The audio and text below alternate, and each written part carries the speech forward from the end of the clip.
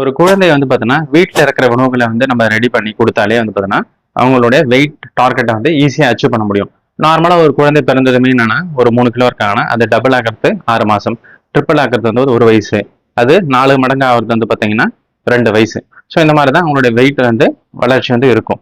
So இப்ப நார்மலாவே வந்து வெயிட் நல்லா பிடிக்கக்கூடிய உணவுகள்னு எடுத்துக்கிட்டா, முதலாவதா நான் சொல்றது என்னன்னா, வாழைப்பழம். நம்ம ஊர்ல வாழைப்பழம், எல்லா வாழைப்பழமும் தாராளமா ஈஸியா கிடைக்குது. ஸோ அத நம்ம நல்லா பழுத்த வாழைப்பழத்தை வந்து பார்த்தீங்கன்னா நல்லா மேஷ் பண்ணியோ இல்லை பேன் கேக் மாதிரியோ ரெடி பண்ணி கொடுக்கும்போது என்னன்னா அதில் நிறைய வந்து பார்த்தீங்கன்னா ஈஸியாக டைஜஸ்டபிள் ஆகக்கூடிய ஒரு உணவு. அது மட்டும் இல்லாமல் பொட்டாசியம் இருக்கிறதால குழந்தைங்களுக்கு வந்து பார்த்தீங்கன்னா வெயிட் இன்க்ரீஸ் ஆகிறது பார்த்தீங்கன்னா வழிவகை செய்யும். ரெண்டாவது, கேழ்வரகு சார்ந்த கூழ். நம்ம பால்லாம் எடுத்து செய்யாதீங்க.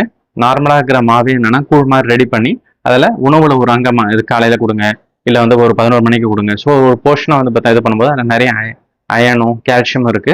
ஸோ அது வந்து பார்த்தீங்கன்னா பசியை ஸ்டிமுலேட் பண்ணி அவங்களுடைய வந்து பார்த்தீங்கன்னா உடல் வெயிட்டை இன்க்ரீஸ் பண்றதுக்கு பார்த்தீங்கன்னா வழிவகை செய்யும்.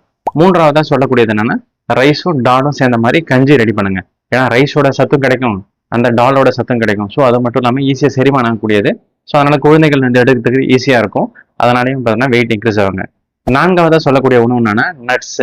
நட்ஸ் வந்து பார்த்தீங்கன்னா நீங்க சின்ன சின்னதாக வாங்கிக்கிங்க. மொத்தமா ஒரு 10 நட்ஸ் 12 அது மாதிரி வேணாம். முந்திரி, பாதாம், பிஸ்தா அதை மட்டும் இது பண்ணிட்டு கூட அதை மாவு மாதிரி அரைச்சி அதை பாலில் வந்து மில்க் ஷேக் மாதிரி போட்டு கொடுக்கலாம். அப்படி இல்லைன்னா நீங்கள் என்ன பண்ணலாம்னா கூழ் மாதிரி ரெடி பண்ணி கொடுக்கலாம். ஸோ நட்ஸில் வந்து பார்த்தீங்கன்னா கொழுப்பு சத்து, புரதச்சத்து, அது மாதிரி அயன் சத்து எல்லாமே தாராளமாக கிடைக்கும். அதனால் உங்கள் குழந்தைய வந்து பார்த்தீங்கன்னா பசி இன்னும் ஸ்டிமுலேட் பண்ணி அவங்களுக்கு வந்து பார்த்தீங்கன்னா சாப்பிட்றதுக்கும் வெயிட் கெயினுக்கும் பார்த்தீங்கன்னா ஒரு வழிவகை செய்யும். ஐந்தாவது சொல்லக்கூடிய உணவு வந்து அவங்களுக்கு அன்றாடம் வந்து வாழ்க்கையில் வந்து ஒரு கிழங்காவது சேர்த்துக்குங்க. கிழங்கு நம்ம ஊரில் ஈஸியாக கிடைக்கிறதுனா சக்கரவள்ளி கிழங்கு, மரவள்ளி கிழங்கு. இதை ஈவினிங் நேரத்தில் வந்து பார்த்தீங்கன்னா அதை நீங்கள் ஒரு ஸ்நாக்காக அவங்களுக்கு ரெடி பண்ணி நல்லா மேஷ் பண்ணி வயசுக்கு ஏற்ற மாதிரி கொடுக்கும்போது என்னன்னா அது நிறைய ஃபைபர் இருக்கு, அவங்களுக்கு இன்னும் சாப்பிட்றதுக்கு தூண்டும், மோஷன் இஷ்யூஸ் வராது. ஸோ இந்த மாதிரி இந்த குரூப் ஆஃப் வந்து உணவுகளை நம்ம டெய்லி வந்து அவங்களுக்கு ஒரு போர்ஷனாக சேர்த்துக்கணும். அது காலை நேரமாக இருக்கலாம், மதியம் இல்லை இரவு நேரங்கள் இல்லை ஈவினிங் நேரத்தில் ஏதோ ஒரு நேரத்தில் சேர்த்துக்கும் போது என்னன்னா உங்களுக்கு வெயிட் கெயின் வர்றதுக்கு வந்து பார்த்தீங்கன்னா வழிவகை செய்யும்.